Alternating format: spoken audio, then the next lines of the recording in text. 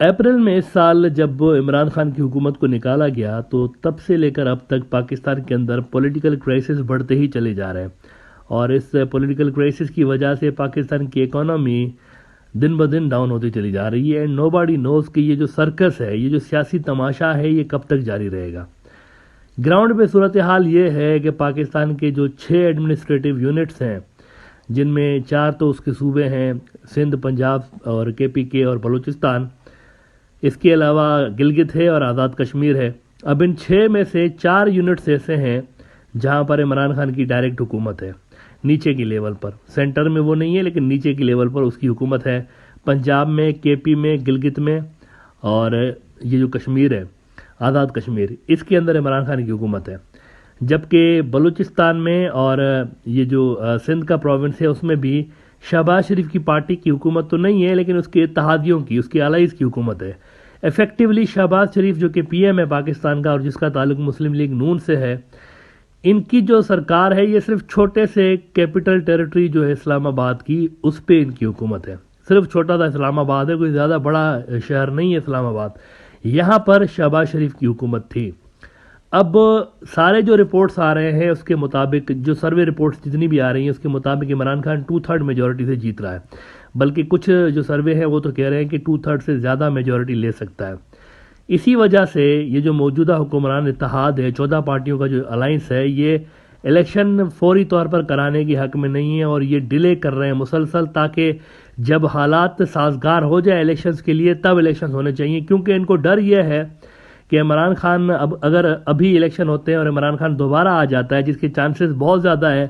تو پھر اس نے آتے ہی پہلا کام یہ کرنا ہے کہ جو کیسز ختم ہوئے ان کے اوپر اور جو نیب کے لاز چینج ہوئے ہیں، عمران خان نے ان کو ریوائیو کرنا ہے اور نیب کے اوپر جو جتنے بھی قانون سازی ہوئی ہے اس کو ختم کرنا ہے، کیونکہ ریسنٹلی جتنی بھی قانون سازی ہوئی ہے اس کا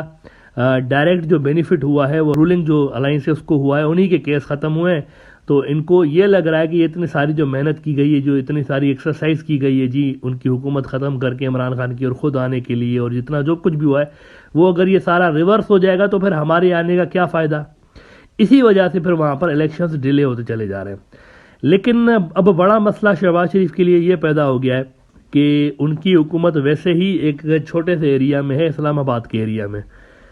جو کہ سینٹرل گورنمنٹ ہے، جن کی ڈائریکٹ جو ایکسس ہے وہ یہاں تک ہے، باقی ہر جگہ پر یا تو عمران خان ہے یا پھر ان کے اتحادی ہیں۔ لیکن اب اسلام آباد کے اندر بھی ان کا جو ایک ہولڈ ہے نا کیپٹل سٹی کے اندر، وہ بھی تھوڑا سا شرنک ہوتا ہوا نظر آ رہا تھا۔ وہ یوں کہ اسلام آباد میں ڈیو تھے بلدیاتی الیکشن، لوکل باڈیز الیکشن جس کو کہتے ہیں، اس کے تحت میئر اسلام آباد کا سلیکٹ ہونا تھا اور یہ سارے جو نیچے کے لیول کا ایڈمنسٹریٹو جو پوسٹیں ہوتی ہیں وہ سلیکٹ ہونی تھی، وہ ڈیو تھے۔ وہ میرے خیال سے آج 31 دسمبر ہے تو آج ڈیو تھے، لیکن for mysterious reasons election commission جو ہے پاکستان کا، انہوں نے ان الیکشنز کو ڈیلے کر دیا۔ انہوں نے اناؤنس کیا کہ جی ہم نہیں کرائیں گے یہ الیکشنز فوری طور پر، کیونکہ ہم پریپیئرڈ نہیں ہیں۔ لیکن جو پولیٹیکل اینالسٹ ہیں وہ یہ مانتے ہیں کہ الیکشنز ڈیلے کرانے کا وجہ اس کی یہ تھی کیونکہ عمران خان 2/3 میجورٹی سے جیت رہا تھا۔ اب اگر عمران خان اسلام آباد بھی جیت جاتا تو ہوتا کیا؟ ہوتا یہ کہ اسلام آباد کے اندر شہباز شریف بیٹھا ہوتا، لیکن اسلام آباد کی بھی جو ایڈمنسٹریشن ہے وہ عمران خان کے پاس ہوتی۔ پورے ملک کے ساتھ یہ جو 4 صوبے ہیں، 4 یونٹس ہیں، اس کے ساتھ ساتھ اسلام آباد بھی عمران خان کے پاس آنا تھا، اور یہ تقریباً سرٹن تھا کیونکہ سارے جو سرویز تھے وہ یہی بتا رہے تھے کہ عمران خان بڑی میجورٹی سے اسلام آباد کے جو پولز ہیں وہ بھی جیت رہا ہے۔ تو اس وجہ سے یہ elections for mysterious reasons postpone ہو گئے، لیکن کورٹ نے اس بیچ انٹرفیئر کیا اور کورٹ نے کہا کہ کیونکہ یہ تو بنیادی رائٹ ہے ڈیموکریسی، اس کے بنا مکمل نہیں ہوتی کہ لوئسٹ لیول پر یہ جو الیکشنز ہوتے ہیں لوکل باڈیز کے وہ تو ہونے چاہیے۔ تو کورٹ نے فیصلہ دیا تھا کہ آج اینی ہاؤ الیکشنز کرائیں، لیکن الیکشن آج بھی نہیں ہو سکے۔ کورٹ کے فیصلے کے باوجود بھی یہ الیکشن نہیں ہو سکے، تو اس پہ عمران خان کی پارٹی دوبارہ عدالت میں گئی ہے اور انہوں نے کنٹیمپٹ آف دا کورٹ کی پروسیڈنگز سٹارٹ کرنے کے لیے الیکشن کمیشن کے اوپر کورٹ کو انہوں نے درخواست کی ہے، ریکویسٹ کی ہے کہ ان کے اوپر کنٹیمپٹ کا آپ لگائیں اور دوبارہ یہاں پر الیکشنز کروا دیں۔ اس کے لیے وہ کورٹ میں گئے ہوئے، اب دیکھتے ہیں کورٹ اس کا کیا فیصلہ دیتا ہے۔ اپیرنٹلی تو یہ سیدھی کنٹیمپٹ ہے کورٹ کی، اور اس میں مجھے لگتا ہے کہ الیکشن کمیشن کے کچھ لوگوں کو ہو سکتا ہے کہ کورٹ طلب بھی کرے اور ان کے اوپر کوئی ایکشن بھی ہو سکتا ہے۔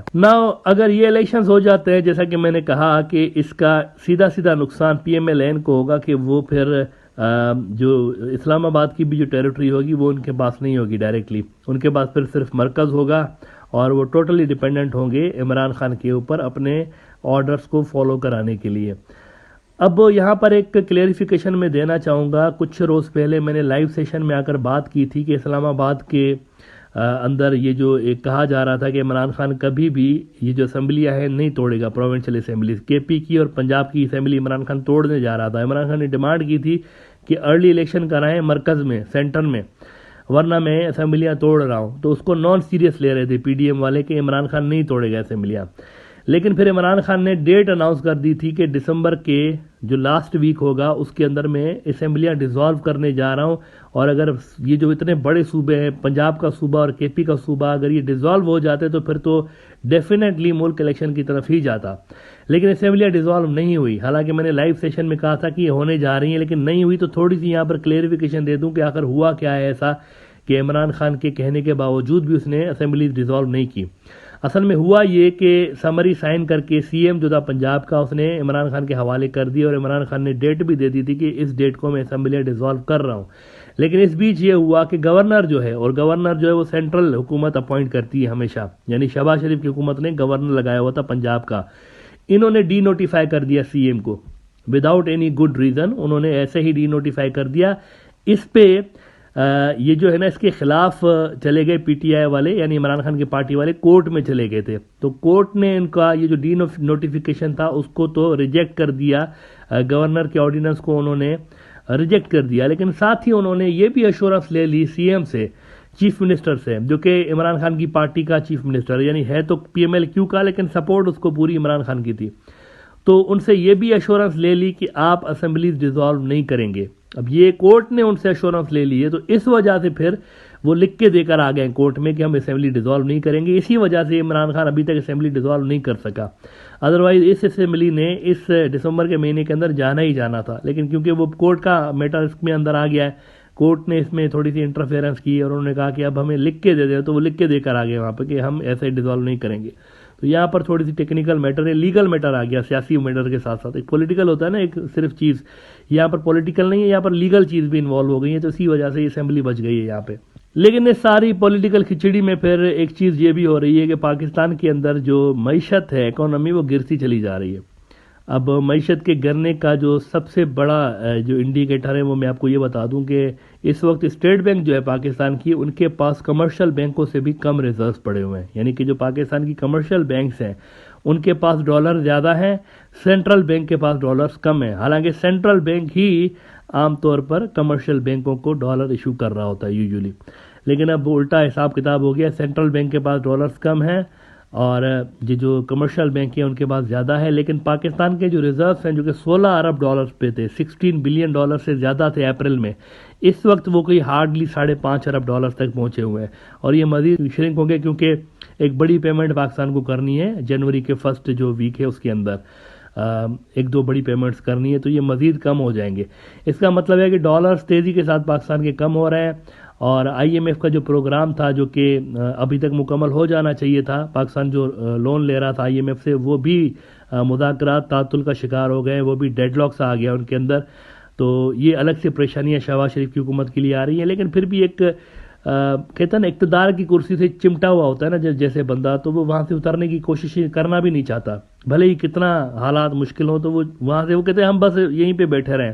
چاہے ملک کا بیڑا غرق ہو جائے ہم یہیں پہ بیٹھے رہیں، تو کچھ وہ والا حساب لگ رہا ہے۔ پولیٹیکل انسٹیبلٹی کنٹینیو ہے وہاں پر، اور اس وجہ سے وہاں پر پھر اکانومک انسٹیبلٹی بھی پاکستان کے اندر آئی ہوئی ہے، اور اس سب کے چلتے پھر وہاں پر جو مہنگائی کی شرح ہے وہ بھی بڑھتی چلی جا رہی ہے۔ اب اس سب کا ایک ہی سلیوشن ہے اور وہ فری اینڈ فیئر الیکشن ہے، ایک لانگ ٹرم پاکستان کو پلاننگ کی ضرورت ہے یہاں پر، ان سارے جو اکانومک کرائسس ہیں ان سے نکلنے کے لیے لانگ ٹرم پاکستان کو ایک پالیسی کی ضرورت ہے، جو کہ یہ حکومت تو کم سے کم نہیں بنا سکتی، کیونکہ ان کا ویسے بھی جو لیگل ٹینیور ہے وہ تو ختم ہو رہا ہے، اگلے 3-4 مہینوں کے اندر ان کا ٹینیور ختم ہو رہا ہے، پھر تو ان کو ڈیفینیٹلی الیکشن کی طرف جانا ہوگا، کیونکہ وہ جو کانسٹیٹیوشن کی مدت ہوتی ہے نا کہ اتنے سال تک 5 سال تک حکومت رہے گی، وہ 5 سال پورے ہونے جا رہے ہیں، کیونکہ پہلے جو اسمبلی کی مدت تھی اس میں عمران خان کی تھی، تو اس کے علاوہ انہوں نے جب آگے کنٹینیو کیا ہے تو یہ دونوں کا ملا کے دیکھا جائے گا تو 5 سال ہوں گے، تو ان کا یہ کمپلیٹ ہونے جا رہا ہے ٹینیور کچھ ہی مہینوں کے اندر، پھر تو ان کو ڈیفینیٹلی الیکشنز کروانے ہیں۔ لہذا اس سیاسی اور اکنامیکل میس سے نکلنے کا پاکستان کے پاس ایک ہی طریقہ ہے، اور وہ فری اینڈ فیئر الیکشنز ہیں، جو کہ جتنا جلدی ہوں گے اتنا پاکستان کے لیے بہتر ہوگا۔